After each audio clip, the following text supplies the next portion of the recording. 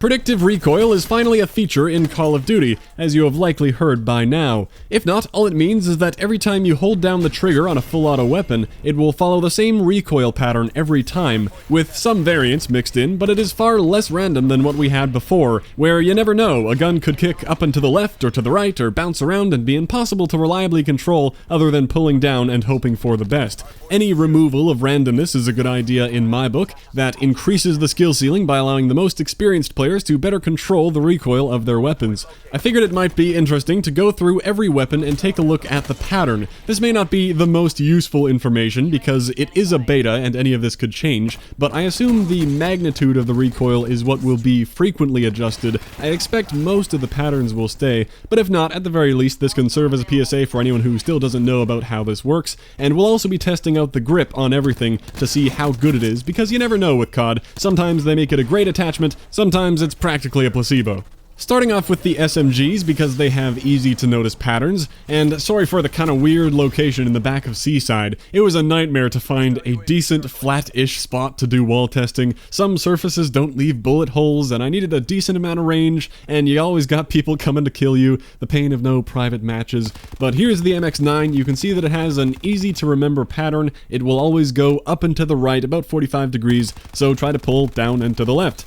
Back and to the left, that's all you need to remember. You won't be able to counter all the little zigzagging it does in the middle, especially on console. Yeah, overall this feature is much cooler for PC, where you can get really good at reliably tracing a recoil pattern, not so much with a little stick on a controller. Well, again, you can see in some smaller bursts there, always going up and to the right. Good to know. The MX-9 doesn't have a grip available, so moving to the GKS, this thing is very accurate, but it does have a distinct pattern anyway. It always draws a 7, starting at the bottom, then bounces around a little back and forth at the end of it. Not a lot of recoil though, even at longer ranges, not much controlling you can do. In some shorter bursts, it's easier to see the shape of that 7, and with a grip, it becomes even more accurate by a decent amount, actually. The grip is a viable attachment in this game. Based on some measurements I did on the later recoil patterns, I would estimate about a 20 to 25% reduction, just to throw a number out there, but you can see and judge for yourself how much the grip helps out in each of these examples. Well, let's go from best-in-class accuracy to maybe the worst. The Spitfire. The pattern kicks off to the right for the first 5 bullets, then curves around to the left and quickly turns into a bit of a mess that you can't really counter. But if you roughly draw the shape of a C, that should help mitigate most of the pattern. Only so much you can do. I started trying to practice that, but I think I'll wait for private matches or a virtual firing range. And again, no grip available for the Wildfire. So now for the Cordite, this generic P90 replacement PDW type of thing. It has a very similar shape going on, but doesn't fire quite as fast and isn't as extreme. It looks like it goes to the right for the first 8 bullets, then bounces to the left, but when it reaches a certain point up there, about 15 bullets in, it stabilizes and doesn't move too much more, so you can hold down the trigger at that point and it'll bounce around, but it isn't too hard to stay on target at normal SMG ranges. But for that initial burst, you could benefit from drawing a little left chevron to try to counter it. The Cordite does have a grip, and you can see the same pattern there, but more compact. The top pattern managed to work its way back down a fair amount. I assure you I wasn't pulling down, that's just RNG. The final SMG in the beta was the Saug, which had a fairly large backward 7. It goes up to the left, then around the 11th bullet bounces back to the right, almost horizontally, then slows down towards the end and bounces up a bit more. And with a grip, as you would expect, just take that shape and compact it. Again, a pretty good improvement.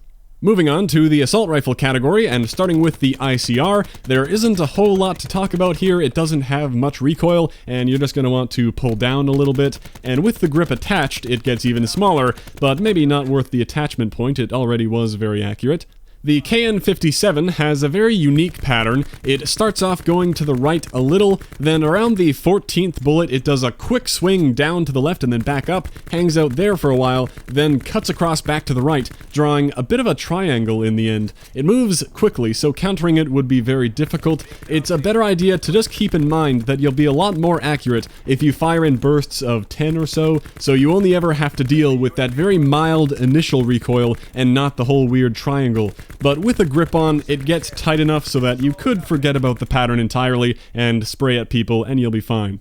The Rampart is another fairly interesting one that we can get to after we defend ourselves. God damn it, you have no idea how many people come to kill you. Why did I think this was a good idea before private matches? Death after death, as if waiting for getting the right map wasn't already taking long enough. So, the Rampart... Son of a bitch, go back to the objective, dude! Leave me alone! It's a beta! The XP doesn't count for anything! The Rampart. It curves around to the right, then to the left, like some of the SMGs, then floats back over to the right, and then back to the left, and tends to go down at the end, but not always. With the grip, it seemed to go all the way back down to the starting position, which was interesting. Either way, not an easy one to counter, a lot of horizontal movement in both directions, which is really minimized by the grip, so I would consider the Rampart to be a good grip candidate.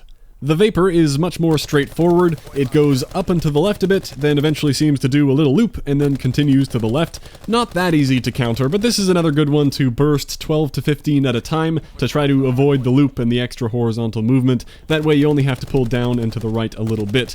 And the Vapr has no grip, so we move to the last AR in the beta, the Maddox Rifle Forward Ejection Bullpup, which starts off up and to the left a little, then sweeps back and forth horizontally a whole bunch of times before eventually jumping up into the right at the end. Not easy to try to counter all that back and forth, but it shouldn't take you off target too much, and once again there was no grip for the Maddox. So, time for the Titan, the only LMG in the beta. No grip available for this either, but you really don't need one. There isn't much of a recoil pattern to consider countering. You can pull down a little, but generally just point and shoot.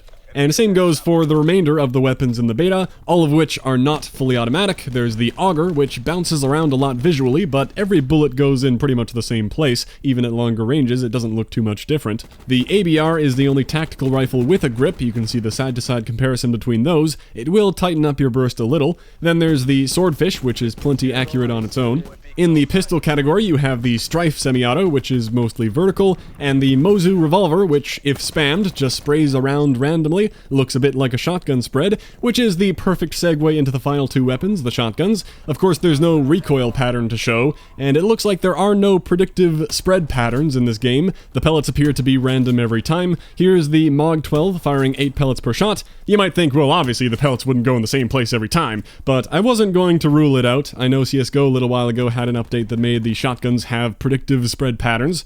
Anyway, what you definitely can do is aim down your sights to tighten up the spread. That makes a big difference for the MOG 12, and I don't have the stats on pellet damage or anything, but just from experience, you do want to be hitting more pellets to secure one-shot kills.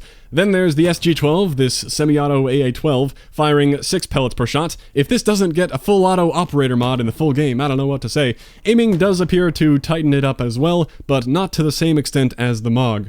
And with that, we have covered every weapon in the beta, and tested every available grip. I don't have much more to say on top of that. You can let me know if this was even mildly interesting, I don't know. I guess it might be cool to see in what ways these weapons have changed when the full game arrives. Well, thanks for watching, I'll catch you next time.